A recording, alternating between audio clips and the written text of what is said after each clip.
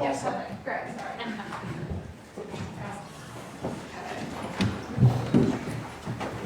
Hey guys, hello. So I forgot to read where the Bible reading's from, but Matthew 7 verses 1 to 5. So I'm just going to read tonight's scripture reading. Okay. Do not judge, so that you may not be judged. For with the judgment you make, you will be judged, and the measure you give will be the measure you get. Why do you see the speck in your neighbor's eyes, but do not notice the log in your own eye? Or how can you say to your neighbor, let me take the speck out of your eye, while the log is in your own eye, you hypocrite? First, take the log out of your own eye, and then you will see clearly to take the speck out of your neighbor's eye.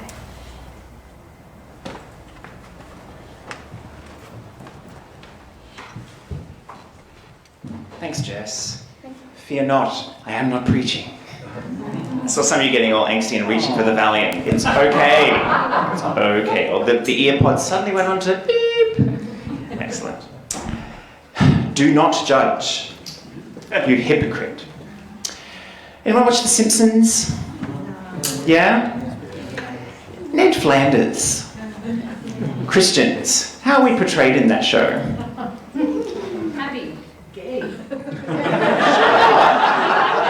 Isn't there an episode when they go to camp to learn to judge people? Isn't there? Yeah. There is? Yes. We don't have amazing reputations out there as the church, do we? Some things we do really well, and some people are kind of known as, the Christians. They're the ones who judge us and make us feel bad. So this month, as we talk about reform yourself and not others, we kind of want to be the non-Ned Flanders church. We want to be the church that's a bit more authentic than that, and probably not actively try to be hypocrites. That being said, I wonder if you want to be a little bit brave. Hands up those at some point in your life ever you have tried to change somebody. For those online, every single hand went up. Those people as well. Follow-up question. How well did that go? Hands up if it went well. All right. Well, that's it for the sermon. We can pull it off. We have an interesting panel tonight. We've got a couple of people in our church who are going to come. If they want to come and sit up here tonight, that'd be great. We've got a number of people in our church. Come on up, people. You know who you are. We have some mental health professionals in our church who are going to talk on a bit of a panel here. We want a bit of a chat about, can we change people? Should we change people? Can we change ourselves? How does that kind of look like? So come and grab a seat, get comfortable. I'm going to start by introducing these lovely people, and they're going to talk just a little bit about who they are and what we do, and then we're going to have a bit of a chat about some things on the topic of changing people. So why don't we start with ladies first? Do you want to tell people, if they haven't met you before, who you are and what you do? Changing people. Yeah. Do what I say, not what I do. Yeah. Why do you want me to say what I do? Who you are and what you do. Sorry, I wasn't listening. So par for the course with our relationship, hey Margaret? Very good. I'm a social worker. I work in a hospital 3 days a week, and I have a private practice and do counselling on the other days. Where you change people. Where I change people. Okay. Sure. Excellent. Thank you. Our middle person. I'm Nick, and I'm also a mental health worker. I'm a clinical psychologist, and so I work at 2 clinics doing predominantly counselling and then psychology and therapy, and then also kind of in a leadership role. So I try to change other psychologists as well. Ooh, excellent. Lots of chocolate for him. Very good.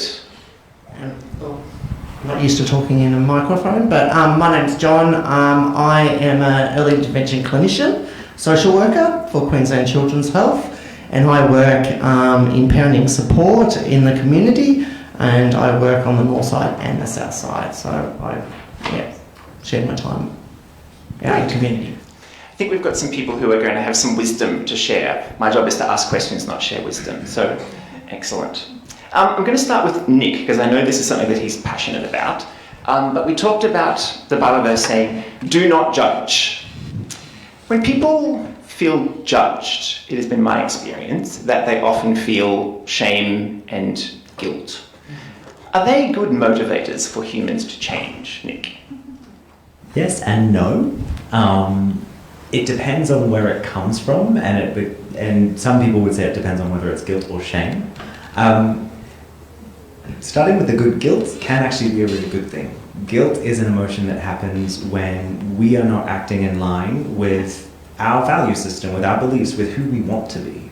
And so in that context, when we've done something that, oh, actually that doesn't right, guilt is the discomfort that says we need to do something better or different next time, or to make amends for something that we did or didn't do that wasn't kind of right there.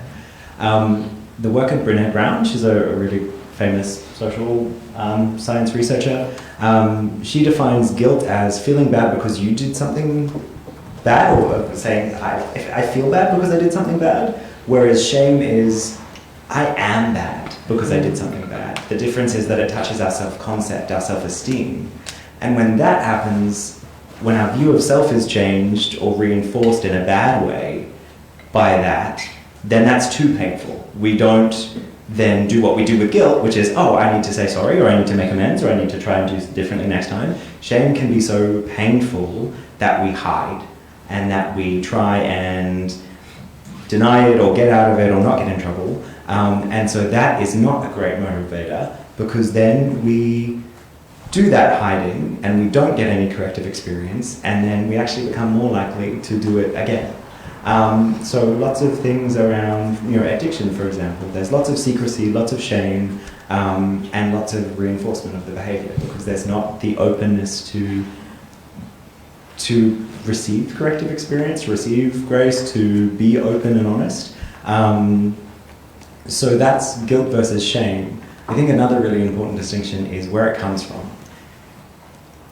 Guilt, like gratitude, is best from within. If you try to make someone guilty, if someone is guilting you, maybe you will be motivated to shame. I'm sure some of us have had parents who have used guilt very effectively against us, but it doesn't feel good, and it doesn't fix or help that relationship to feel good. And so it's not, even if it's a great motivator in the time, it uses a power imbalance and it creates resentment. So I think most of the guilt that happens in the world probably isn't a great motivator, but there is that good values-based guilt that actually is trying to tell you and remind you who you are. But it should be from within and from your belief and values, not put on you by someone else. Yeah. Thank you. That's some really wise things in there. Very interesting. Big fan of Brené Brown as well. I guess building on what you talked about just then, Nick, the idea of there being resentment. I wonder, maybe Margaret or John, if you could speak to when you've seen people in your professions or around you, or the people that you work with individually, what happens to people when they try to get change from the outside without actually asking for it? So if someone's trying to change them, how do they kind of receive it or react when people try to change them?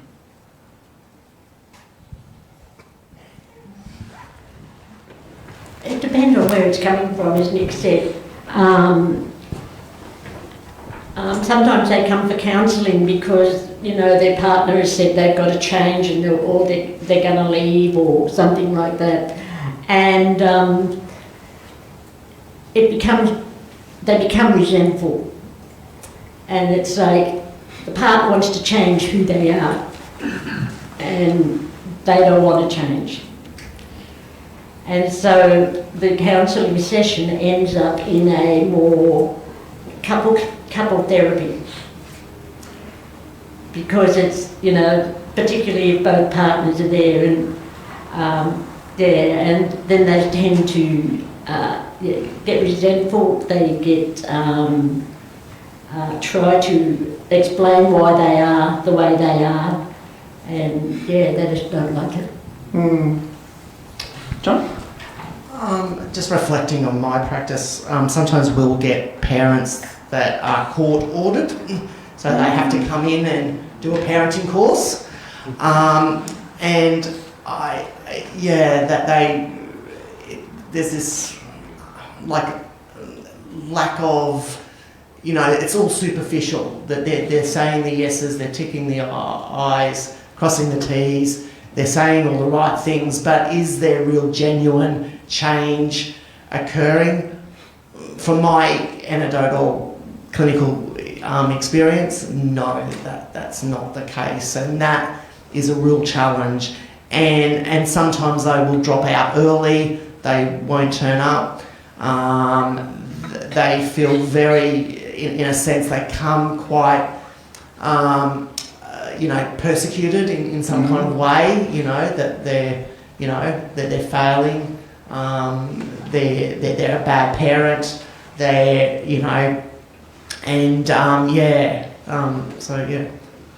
That's a really interesting experience, being with people who've been ordered to change. Goods and bads about that one. I wonder, John, again, not asking for specific people and betraying confidence, but I wonder what's been your observation about what makes people more likely to actually change, or more likely to engage in a process that might help them to change? I think when they've come to a crisis in their own lives, that they feel that change needs to happen. Happen has to, as Mick said, it has to come from the inside. It has to be them who are seeking the change. We, me as a therapist and as a clinician, I can journey alongside them and assist them and companion with them in that change, but I can't make that change happen. That's not, I don't feel that that's my role. Yeah. They have to do the work. Yep. Please explain. Can you tell us more about that? Well, if they come because they want to change, they need to be specific about what they want to change. They need to know the effect that it has, either on themselves or those around them. And I'm thinking of like people who come for anger management and things like that. I had a kid come, and his mother said he had to come, which didn't help. But as we talked and as I listened to him and asked him about being angry, he said he doesn't like who he is for being angry. And he was able to voice that to me. And he was able to say, this is how it affects my family, and I don't want that to happen anymore. And so he was prepared to work on himself, to practice things that we did in therapy. Beautiful. Just taking what you were saying before about Brene Brown, Nick. Brene talks about these things in Guilt and Shame. They are, instead of driving to connection, they drive disconnection, people pulling apart. And I feel like I'm hearing a little bit from what you both have just said, that it's actually partially that process, that therapeutic relationship that holds people so that they can engage in that. And I wonder maybe, Nick, if you can speak to like how important is relationship when it comes to therapy and change and that kind of... Yeah, definitely. I think in psychological research, they consistently find that actually the relationship between you and your client is so much more important than the type of therapy that you do, which was controversial research when it came out, because it kind of made it sound like actually research doesn't matter, like the type of therapy doesn't matter, you've just got to be nice to someone, which is not true. But the strength and security and comfort of your relationship is hugely impactful in determining how much you can help someone to change, or how much they're going to trust you to let you speak into their lives and talk about what can and can't change. And that relationship is not just a once you've got it, you can do whatever you want. That's an ongoing process that says, okay, well, we're in this together. This relationship needs attention and care, and we need to just preserve that relationship and work on it. And that can go really, really well as you build trust and as you start to see positive change and you're aligned with someone's goals, or it can go really poorly. Like in that guilt and shame example, if someone's trying to make you guilt you into change. But then also if you're not listening, if you're trying to go too far ahead of them, if you're trying to change them in ways that they're not listening to, even if the relationship was good, you need to be aligned with them and help them work out what they want. which motivational interviewing, we can talk about that at some point. Yeah. Thank you. I wonder maybe if you can perhaps build on that a bit, John, because you talked about this context where you're working with parents, and it's that relationship. Are there other things that actually help people to achieve the change that they want? Like, how does that sort of, have you seen that? It's a good question.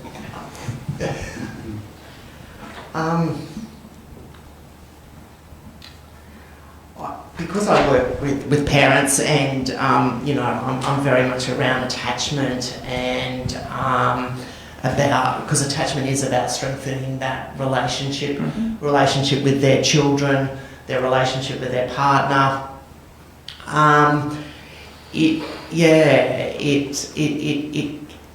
It's difficult, but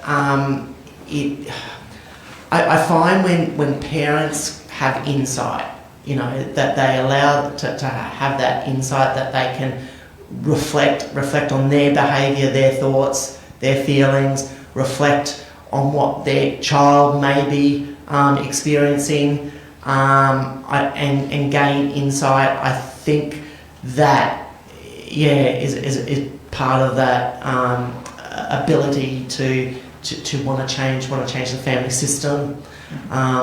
If that makes sense. No, absolutely. Those of us who work in mental health, insight is a really big thing. If they get that they have a problem to address, or if they don't, and people live in sometimes we use our psychological defences like denial. I don't know that, or we think about it but don't actually do it. And I'm certainly, I do these things. I don't just see it. I see my own denial. I see my own rationalisation and all these things that get in the way. I wonder, any of you who want to speak to this, what happens if there is someone in our life, it could be a client or it could be in our personal life, where we're seeing things, I think a couple of you have said, doing things or etc. that are not in line with their own values. So they're doing something that it's not that you think is better, but they've said, I don't want to be doing this, but I'm doing this. Or you're this generous person, and yeah, what the hell is this about? If they're not inviting change, but you can see something's destructive, that's hard. And so how do you help people if you see them doing things they don't want to change but probably should? You go very gently. Yes, that. I think, gently is the way to go, and I think specifying that maybe just a little bit more is open with non-judgment and curiosity. Start with an observation. Hey, I'm seeing this, or even like avoid worrying about that. This doesn't look good. Don't start with concern or bad. Just say, hey, I've just noticed, or I think I'm noticing. Is this accurate? Am I getting this wrong? Be humble, be gentle, be patient, be non-judgmental. Otherwise, you just scare the horses, and then it's all screwed. So you've got to go really slow, because if they're not in a space where they're aware, everyone's dropping it. Not in a space where they're aware already. Sometimes the most gentle, just openings of that awareness and questioning of that behavior is the way that they start to build that. Because you can't just, whatever they're doing, maladaptive or not, we only do things that meet some kind of need, and sometimes we do that maladaptively because we can't actually get to the things, or we don't know how to get to the things that more adaptively meet that need. But if they're doing it, it's for a reason. And so also starting there, hey, I'm seeing this. What's that about? What does that give you? How does that help you? Because, and then maybe you get into it and you say, maybe I'm worried about that, or is there something else that would do that without that harmful other side of that? But I think this is also, some of this comes from like mental health workers. There's 3 of us here. It's also not your job all the time to do all of this. But just starting with gentle observation and creating a space for them to talk if they do want is a really good start. Mm-hmm. And to add to you, Nick, I think we also need to, that active listening, but showing genuine empathy, I think is very, very important.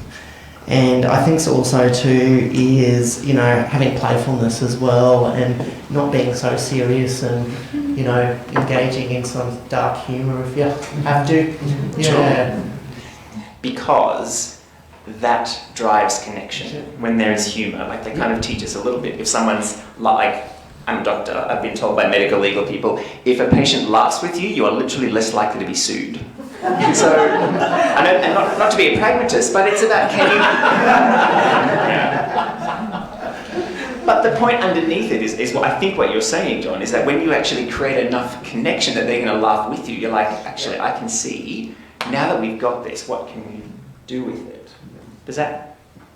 Yeah, because I feel like we're hearing that from these lovely people here. And so I guess if we're hearing that relationship is important, I wonder, as I was thinking about tonight, I actually think that part of why Jesus said this is because it's actually a lot harder for us to change ourselves. Changing other people can, not always, but it can be low-hanging fruit. I'm going to go and change you over there and not have to look in the mirror at the crap that's on the inside of me, or the things that I don't like. And so it's actually, in some situations, a lot harder to change ourselves than actually try that over there, because that will happen. I don't know, does that ring true with you? Sometimes? Sometimes I like the log in my eye. Yes, I can relate to that. I'm comfortable with it there. No one's going to take that away from me. Oh, I don't have a log in my eye. It's that other person. Yeah. And it brings comfort, like if you're, you know, familiarity brings comfort. So if this is what you're used to doing, you're going to be much more regulated than if you're having to change, because that's changing your whole thinking, your whole behaviour. Yeah, it's quite frightening. That's right, and it's the same for our clients. It's like, you go too fast. I mean, they like the log in their eye. They may not see it as a log, it may be a survival thing that they've done since childhood and they haven't been able to change that habit. And so for you to rip it away leaves them exposed. So are you saying you can hurt people by trying to change them? Sometimes.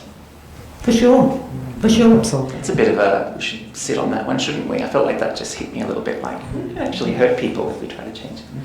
Not just a bit on the surface, but actually really deeply. I think, yes, there's sometimes a distinguish between hurt and harm.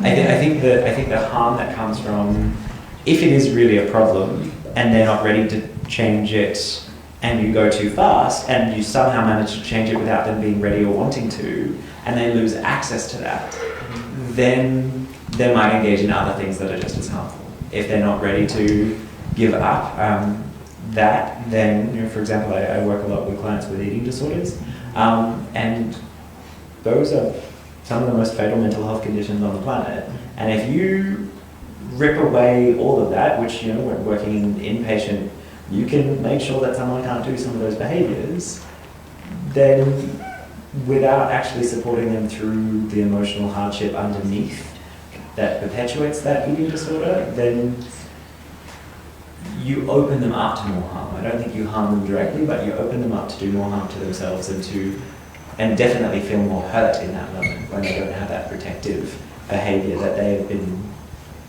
maladaptively protecting themselves with. Yeah. I want to come back to something that I think was talked about before. You talked about sort of a power dynamic sometimes. It's a bit inherent in our job. And I guess I wonder if something we can learn from that with this topic here about, is there a role of humility in journeying with people, in supporting with people, whether that's at work or in our personal lives, to help empower change? How does humility fit in that internally? I was going to say something bad. Deep breath in. I just lost it. Yes. I think humility and humor go so beautifully hand in hand, right? Like this, if you're sitting there talking about getting all these intimate details about someone, you know everything about their life that they're willing to tell you. They know nothing about you. And so they talk about therapeutically relevant self-disclosure, which is where you give a little bit, and it's often maybe self-deprecation and saying, actually, this is really hard for me too. Like, you are not alone in this. This isn't me and I was going to swear, I'm not going to do that. Nothing about me is bad, nothing about me stinks. And then you're in the sick role, there's everything wrong with you. Being able to say, no, actually, I leave the front door open of my housemate's house sometimes, or I'm disorganized too, or I do things. Being able to use humor and self-deprecate and get people to laugh, and be humble is a huge part of that, because you need to be aligned beside in the content and in the process of that. The art of counselling is walking beside. It's not walking ahead with the power. It's not pushing from behind. It's walking beside. And I kind of learned that in a rather brutal way when I had a colleague come to my office, and she insisted on sitting in my chair. And it was like, but that's my chair, that's where I sit. And it's only a little thing. But she wanted to sit there, and so I had to work from where the client sits, and it just changed the whole dynamic for me. But it also made me feel, really humbled that I am just the same as everybody else. It's like I've got the logs, I've got the behaviours that need to change. I sometimes go for counselling and all that kind of thing because I am just the same as them. I could talk about this for hours, but our time's kind of coming to an end. I feel like trying to pull together some things that we've heard tonight. Humour, humility, time, and relationship.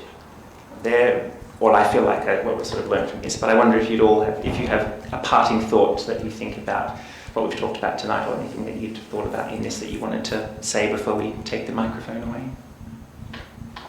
You've got lots of notes there, John. I thought if there's something that we haven't touched that's on your notes there, now's the time to share it. Those gems of wisdom. You don't have to. Sorry. Go. I think also repairing relationship goes a long way, and just saying sorry. So difficult for so many people, and in parenting and how we talk about rupture and repair of parents with their children. I just think that we underestimate the importance of saying sorry. And it's that humility, isn't it? That humility. But on steroids, kind of like really personal. Yeah. I think for me it all comes down to openness. Openness in communication, openness in terms of non-judgment, openness in terms of sharing your own experience, and humility. Like, it's all just about, if we just open this up, let the air in, talk about it together as two equal people who are not judging each other, then it just becomes this really safe, neutral space that it's just, you can breathe. So much of this is secrecy and shame and darkness and hidden and tightness. So I think so much of this comes to openness. I thought about this question in relation to relationships, and it's like when you're going out courting or whatever, it's like you might see some flaws in the other person, and you think, when we're living together or whatever, I will change that, and I will get them to change, and they will see it my way. And it's like, well, I can guarantee that won't happen, but take it as what Nick said. It's like being open, like, this offends me. Can we talk about this? Can we work on this together so that I'm comfortable and and you're comfortable as well. Can I ask you to help me just to thank these lovely people for giving up their time and to share? There's been some deep wisdom shared tonight, and I hope that's given you all food for thought, and that you will chat about it when you stay for tea and coffee afterwards. If you're the first time, well, the 101st time being here, we have tea and coffee afterwards, and we'd love to have a chance to just mull over some of that stuff tonight and in this week. So thanks everyone.